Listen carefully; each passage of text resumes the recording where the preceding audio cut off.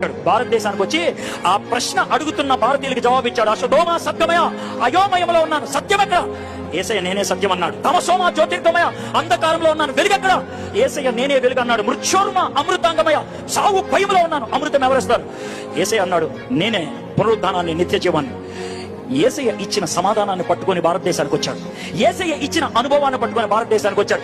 భారతదేశానికి సువార్త బ్రిటిష్ వాళ్ళు తీసుకురాలా, భారతదేశానికి సువార్త అమెరికా వాళ్ళు తీసుకురాలా, భారతదేశానికి సువార్త ఐరోపా ఖండం నుంచి రాలా, భారతదేశానికి సువార్త ఆసియా ఖండం నుంచి తోమా తీసుకొచ్చితే వచ్చింది.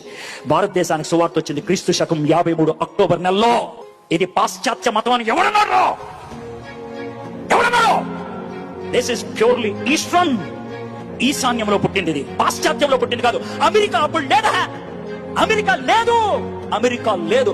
అమెరికాని కనుక్కుంది 14వ-15వ శతాబ్దంలో. భారతదేశానికి సువార్త వచ్చింది 1వ శతాబ్దంలో. మధ్యలో 1400 సంవత్సరాల గ్యాప్ ఉంది. బ్రిటిష్ కి మొట్టమొదటిసారిగా సువార్త వెళ్ళింది 130లో, భారతదేశానికి సువార్త వచ్చింది 53లో. భారతదేశానికి సువార్త వచ్చిన 80 ఏళ్ళకి బ్రిటన్ కి సువార్త వెళ్ళింది. దేవుడు భారతదేశాన్ని ప్రేమిస్తున్నాడు, నిన్ను ప్రేమిస్తున్నాడు, నన్ను ప్రేమిస్తున్నాడు. అందుకే తన శిష్యుని పంపించాడు భారతదేశానికి.